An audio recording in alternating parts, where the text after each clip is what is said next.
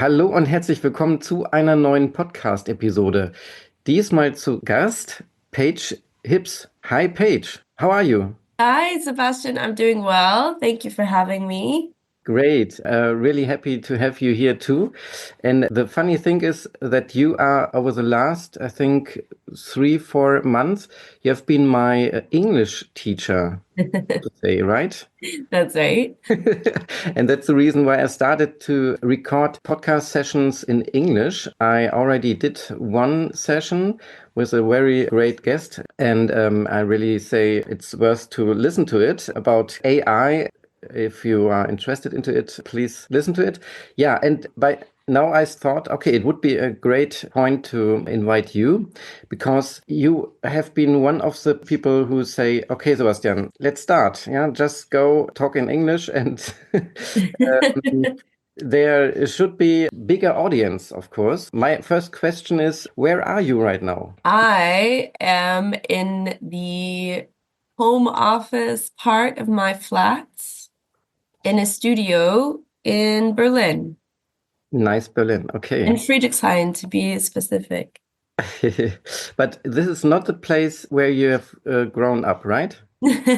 No, definitely not. I've lived here for 2.5 years now. I'm originally from the US, from Texas.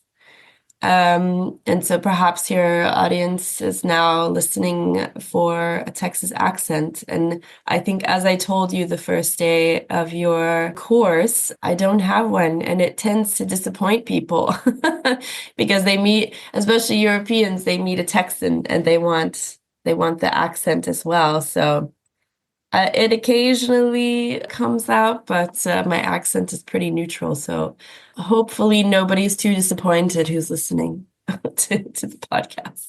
And can you like say 2 sentences in this kind of dialect, or is it not possible? It's hard to do on command, but I will tell you that I do say y'all. I believe in the word y'all. I think it's a good word. So that one, you know about the word y'all? It for me it sounds like you all, but it's yeah. Okay, It okay. is you all. It Mhm. is you all. And I think it's a useful word, even though it's not technically correct, but we take it far as well. Sometimes we'll say, all y'all in the room, let's go.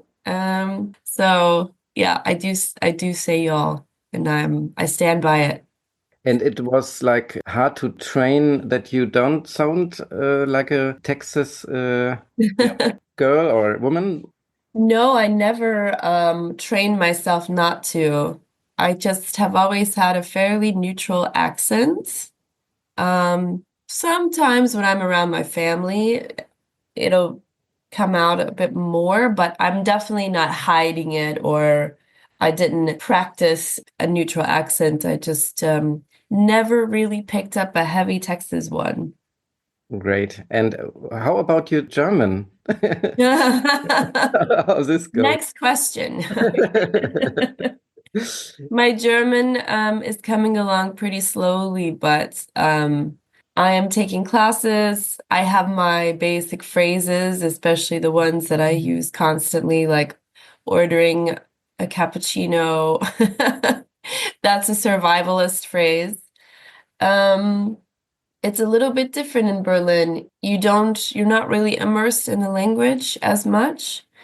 And because I teach English, I speak English all day. I don't work in an office, so my company is based in Bielefeld. So I don't work in an office speaking German with colleagues all day. I teach online. And then when I'm not teaching and I'm out and about in Berlin, I do try to practice German. And oftentimes people will just switch to English when they realize that you're not a German speaker. And it's definitely not out of rudeness. I think they're just doing it for it's people feel like it's polite. They're being accommodating and probably efficient. They're not, the pharmacist doesn't can't afford to be slowed down by someone's A1 German. So they just switch oftentimes. But I've been thinking of other ways to practice. You have to really seek it out. So I'm going to look for some conversation groups. And I do watch German film and TV with subtitles. It just takes a little longer because we're not forced to do it. So I Mm. need to be more like you. I need to be looking for opportunities to make myself practice.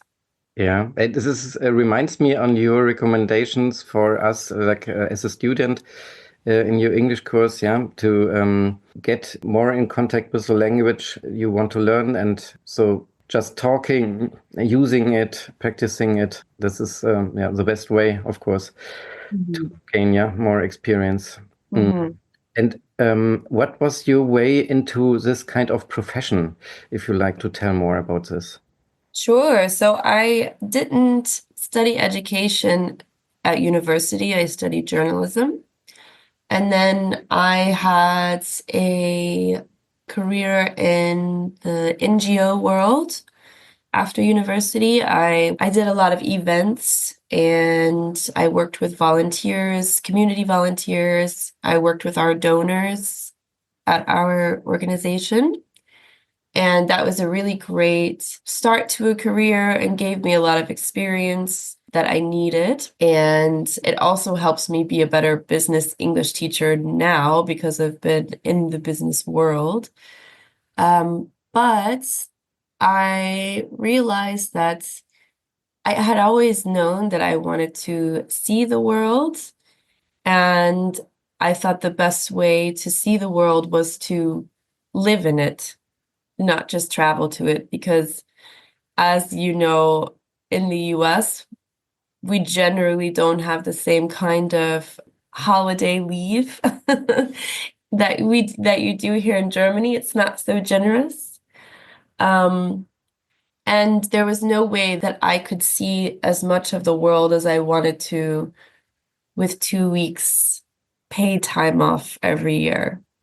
That usually includes sick leave as well, by the way. So I had to go into the world, and the one of the best ways to do that is to teach English. So I'm incredibly privileged that my native language happens to be the one that's in demand in the world. I didn't do anything to earn that. I think that's just pure luck that it happened that way for me. So yeah, well, first I joined the Peace Corps. That's a US government program that partners with countries around the world who request volunteers for their communities. So that was my first experience teaching English. I lived in Lesotho, and people probably think of it as Lesotho. That's probably how you might recognize the pronunciation. But I taught English and I taught health basically in a remote village in that teeny tiny country for a year. And I loved the experience and I liked teaching. But it's a short term of service. But I decided that I wanted to continue seeing the world and be immersed in cultures that were completely different from mine. So then after a year of that, I went back to Dallas, and I did some more event planning, but I was laying the groundwork to continue teaching abroad. So then I moved to Vietnam in September of 2017, and I got a CELTA certification there. That's a certification through Cambridge, and it's very challenging. It prepares you quite well for teaching English. And yes, then I lived in Ho Chi Minh City for a little over 4 years. Again, in a culture that was completely different from mine, had the opportunity to travel a bit around Southeast Asia and Vietnam itself before COVID hit. And that's where I got most of my teaching experience for people of all ages. And even when I was in Vietnam, I started to think about my next move. And that's when I started to plan to live in Berlin. So even when I left Vietnam, I knew that Berlin was my next step. Okay. And what was the reason for Berlin? That's always such a, we say a loaded question, right? It's such a heavy question. And I'm asked this so many times. But still, every time I ask, I think, okay, how can I summarize why I love Berlin and why I decided to move here in a short, concise way? Because I in had never... Berlin there are the best clubs. You- There you go. Done. Next question. Yeah. Yeah. Um, I had never been to Berlin before I moved here. So people think that's a little bit wild. I would agree. But um, I was doing research into places to live in Europe. And what first attracted me to Germany as a whole was its generous higher education policies and system. So I was thinking perhaps I would get a master's degree because I could go to a public university for free or for a low cost. So that's what attracted me to Germany in the first place. And then I started narrowing it down a bit more about where in Germany. And I started thinking about Berlin and its values. So a lot of Berlin's values align with mine. I love big bustling cities, first of all. So I did very well in Ho Chi Minh City. I love New York.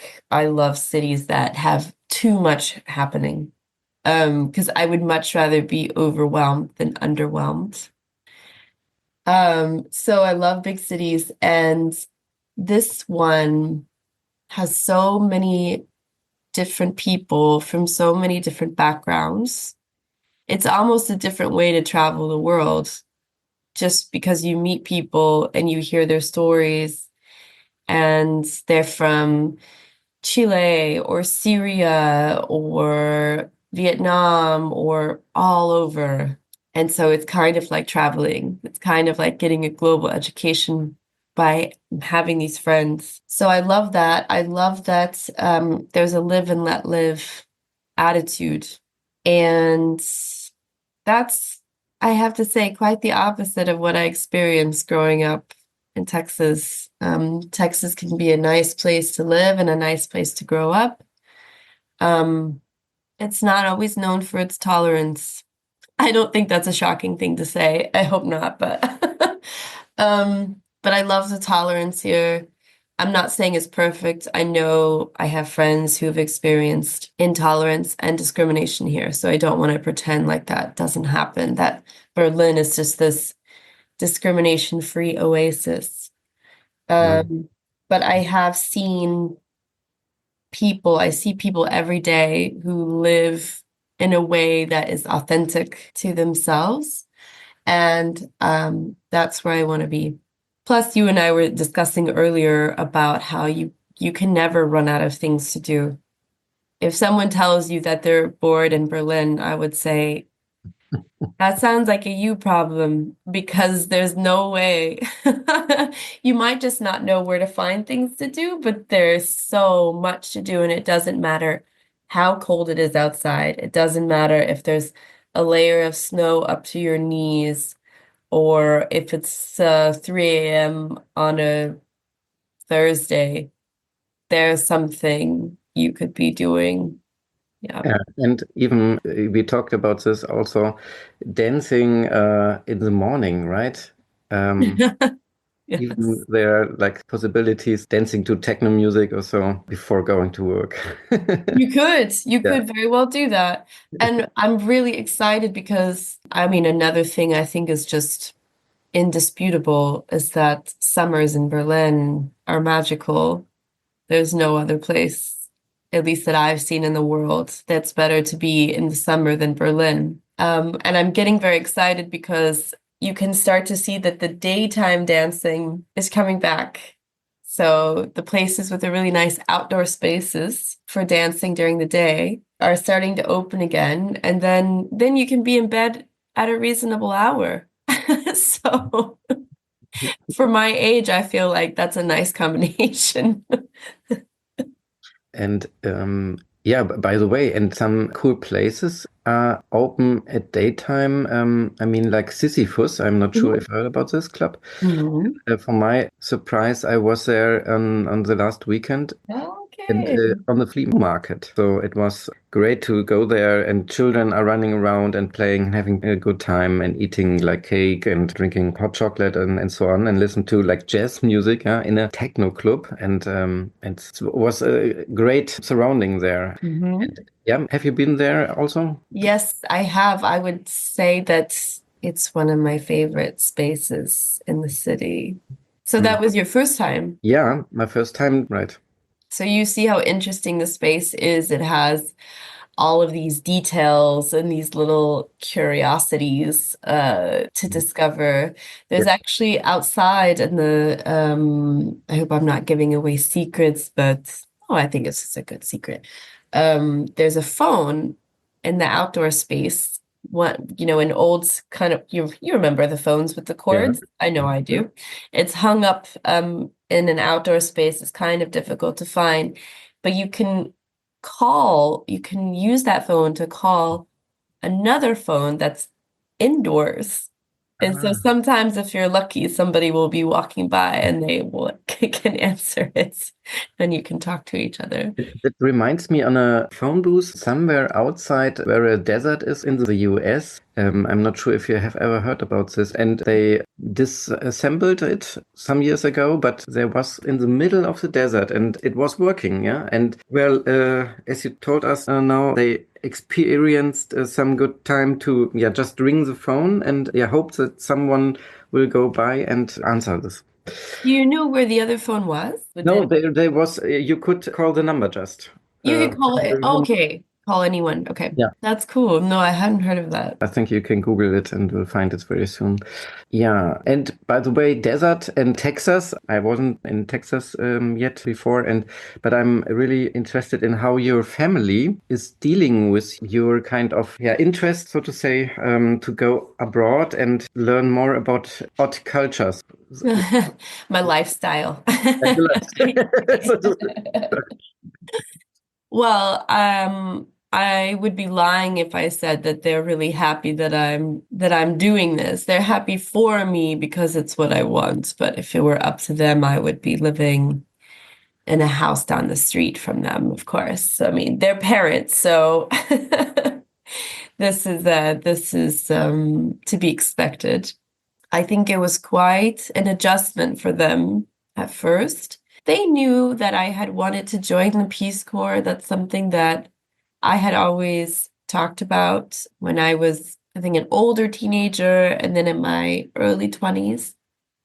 But I mean, you could probably relate. It's kind of like you know what your kids' personalities are, you know what they're capable of, but sometimes I'm sure they still surprise you. And so they probably weren't sure if I was going to follow through with these big dreams or if I was going to meet someone and settle down in Texas. You could see your kids' futures maybe going either way. So I think it was a bit of a shock when I applied for the Peace Corps and then I got it because it's like a year long. It's a very rigorous process, or it used to be. They've made it easier now, but and then when I accepted it, and then they said, "You're going where?" It's in what it's in what continent? And you're living in a rendezvous without electricity or water. So that was a big shock. And when I came back, I think they thought that maybe I was finished. Okay, get it out of your system. But that whole experience just lit a fire to keep doing it.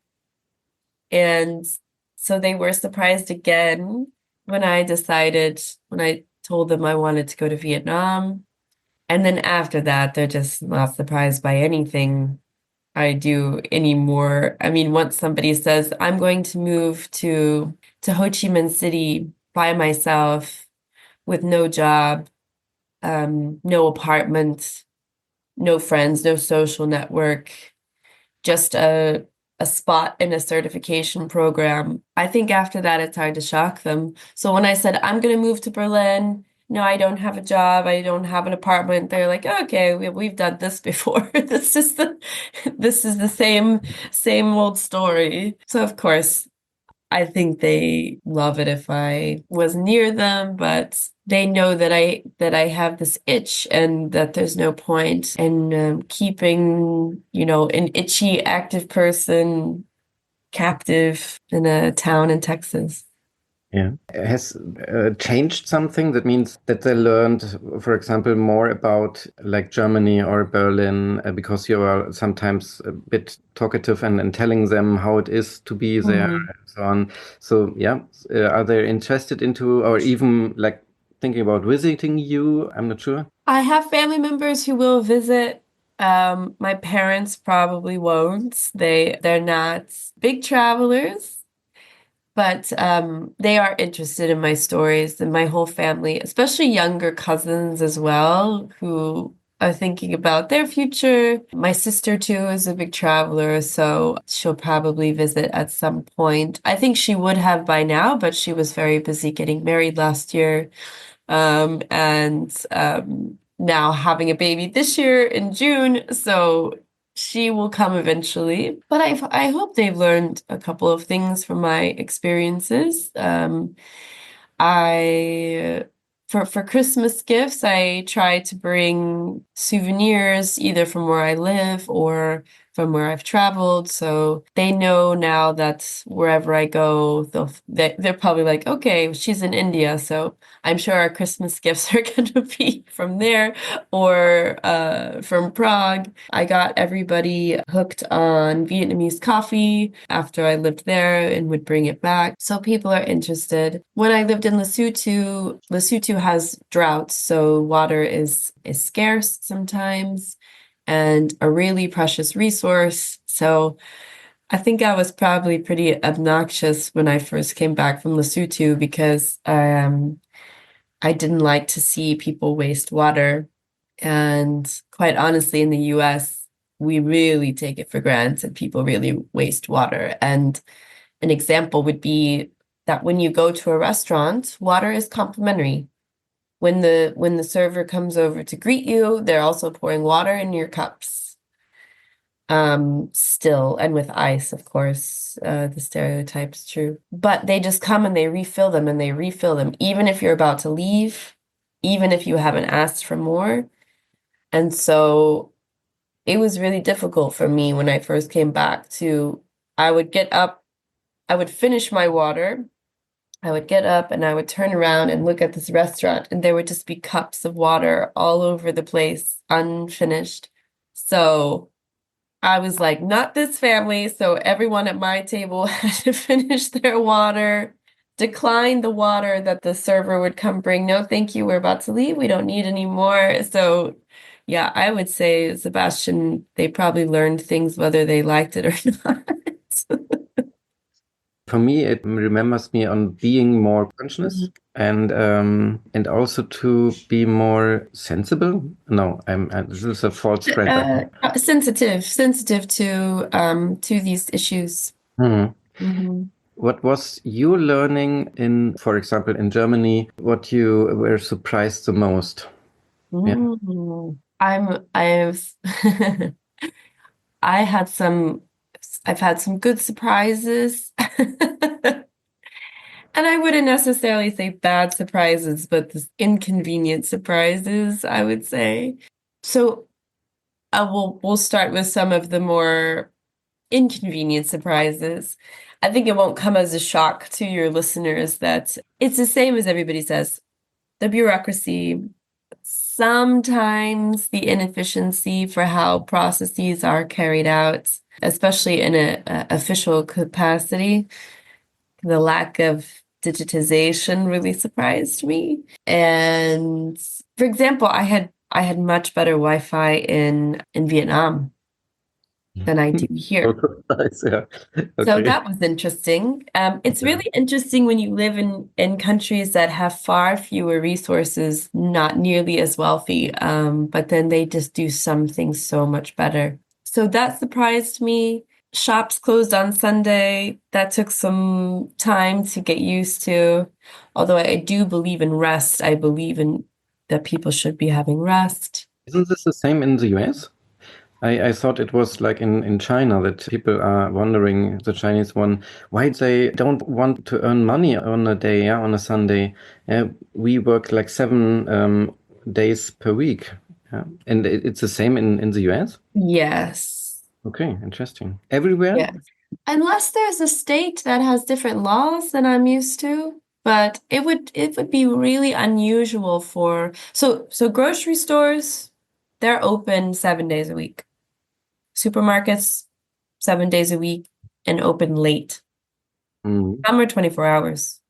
Convenience stores, like pharmacies, some of those are open 24 hours. But we also don't have to talk to a pharmacist before we get headache medicine. Mm. It's convenient. If I had a headache, I could go to a petrol station Mhm. and I can fill up my car and I could go inside and I could buy headache medicine from the petrol station if I wanted to. It's everywhere. Mm. I'm not saying that's better, but it's definitely more convenient. And places are open later, and clothing stores, malls, all open on Sundays. Okay, interesting. hmm hmm So those were some of those were the things I had to adjust to a little bit. Because I'm like, I have a stomach ache on Sunday. What should I do? Um, yeah, that's something I'd never had to worry about before. Yeah, of course you can go to like the Notfall-Sprechstunde or something like this, yeah. I guess. What's that? Yeah, hospital or so, yeah. Oh, Yeah. okay, okay. Done Yeah. it. I suppose you could if it got that bad. But for minor things, I thought, okay, I'm just gonna have to buy medicine that I don't need in the moment in case I need it on a Sunday. But the What the about the rest thing? You say you get used to it, yeah? You started to like it, yeah? To have 1 day off in a week and more holidays and so on. No? Absolutely. You find your way into it and you realized, okay, so that's a good thing. How about Yeah. this? Yeah? Can you describe it a little bit more? I would say that Germany's policies are much more humane Interesting. Yeah. than the policies of the US Mm. because you have so many more protections by law built into your legal regulations about how you treat people, about how much holiday time they should have at minimum, about healthcare as a human right. I think that just here overall, there are so many laws that protect people for labor, for things that just happen in life. And I feel a lot more protected here just because of my inherent humanness, not because a company has decided that I'm allowed to be sick or I'm allowed to not work. Because so much of what is tied into so much of our quote unquote rights in the US, in my opinion, are tied into our jobs. So it sort of sends a message that your privileges only come if you're working. And even then, you could work very, very hard, but you happen to work for a company that doesn't have generous leave. Because as I said, 2 weeks is pretty standard for our leave time. For some people, that includes sick days. Or you might get really fortunate to work for a company who gives you 5 to 6 weeks. That's rare, but it's possible. But I don't approve of these perks only as incentives. These companies use them as incentives for people to work for them because they're trying to be competitive and hire the best people. Um, I don't like that those types of privileges are not baked into our laws. Could Mhm. be different for some states, but for my state, business is king, and we don't even have paid parental leave in our laws. That's also up to company discretion. And I also think it's no secret that if you have a serious medical emergency in the US, that could change your life in a way, not just in the context of health, if you have an injury and how that could affect the rest of your life, but also in the context of finances that could lead you to financial ruin. So I think that Germany, although maybe not perfect in those senses, have really has it more figured out. I feel like I'm a human before I'm a worker here. Ah, interesting. Yeah. And of course, I need to be a worker. I need to contribute to society. I mean, the government is not going to let me stay if I don't do that, and rightfully so. But there's a lot more cushion here. There's a lot more safety net for things that happen in life. Illnesses, layoffs, taking time off from work, having children. It's a lot friendlier to humanity, I think. You're making like advertisement for I Germany. know I do sound like an ad. I am not sponsored by the German government.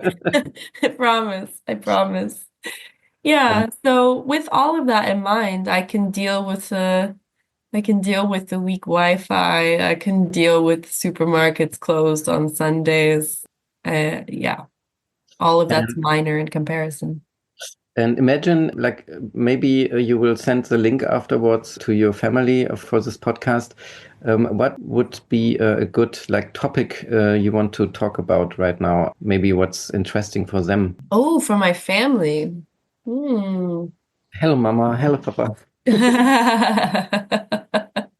Yeah, I'm not sure about that. I don't know if there's anything new I could tell them that I haven't told them Mhm. already about living here. Um, Have you told us about good surprise things in Germany? Like you told us about the bureaucracy and but yeah. I think that you know, the things that I sort of expected would happen, um, that were good. I knew that I was moving to a city with public transport, for example. I Mm. knew that would happen, but I was surprised by just how much it changed my life in a sense that I don't ever want to live in a city that isn't walkable ever again. Like the joy that I have from living in a walkable city, the joy that I have from not owning a car, kind of surprised me in a good way. And I know that there are a lot of complaints right now about public transport. We have a lot of strikes. Sometimes the trains are late, et cetera, et cetera. But I would still take it. I would still take it over the responsibility of having a car. Um, I'm happy about it every day. What else am I surprised about? I didn't know that we would have such long days in summer. When I arrived here, people kept telling me about how great summer would be because I got here in October, and I'm very glad that I arrived in October because if I had arrived in June, I think it would have set the bar so high for living here that I might have been shocked in the winter because it gets cold at or gets dark at 4. So Mm. I'm sort of glad I experienced the darker, colder time in Berlin because then when my first summer came around, it was like the angels were singing every day. The days were so long. Everyone is in the park enjoying life with their chosen family, their actual families and their chosen families, and the energy in summer. I was surprised by that, and that far outweighs anything. Berlin is a place of extremes, I think. It's very all or nothing. And where I grew up in Texas, of course, it got darker a little bit earlier in winter, but it was kind of consistently, daytime until 7 or 8, between 6 and 8. But here is sort of this world of extremes. Like it's very dark and cold, and now it's very warm, and the days are super long. And I feel like in a lot of ways, not just the weather, but a lot of ways, the city doesn't do moderation very well. But I kind of like that. It's pretty extreme. That means Berlin is your favorite spot on the planet. You will stay there for longer? Yes, I plan to stay. I've noticed that as much as I like to travel, and I have been doing a fair bit of traveling my past 2 years, I'm always relieved to come back to Berlin. And I can't say that that was the case necessarily when I was living in Dallas, even though Dallas is a great place to live, and I did love my life there. I always felt pretty sad, like pretty low for a holiday to end. But now, when I travel, I think that was a really great holiday, and I am so glad to be back in Berlin. And so I will stay here for as long as I have that feeling. And I think that's going to be a long time. I can't imagine coming back to Berlin and going, oh, this place again. Um, yeah, I love it. I really love it. There's so much to explore. There's so many people to meet. There's so many talented, creative, artistic, expressive people here. And it's hard to imagine getting tired of that. Okay, so I guess one group of audience could be also taking part or take part here now. Mhm. Your future students are your Mm. current students. Which kind of information you would like to hand over to them as well? Oh, great question. About you, of course. I would say be like Sebastian. Doing podcasts with you afterwards. Yes. I think that a common misconception that people have is that in order to speak a language, it's important not to make mistakes or to make as few mistakes as possible. I don't know where we picked that up, perhaps from our teachers in primary school. I don't know, but I feel the opposite. I would say try to speak freely without worrying about making mistakes. And we can work on the mistakes in class, but when you are out in the world practicing, just talk and be okay with the fact that it's some of it's going to be wrong, Mm. Mm. because the the objective of language is to communicate, it's to get your message across. And so start by doing that. Start by trying to get your message across, and then you can fine tune the grammar, you can fine tune the rest of it on the way. But I would say don't wait to speak. Mm. And that's really hard. It's really hard for us to do that as adults, especially.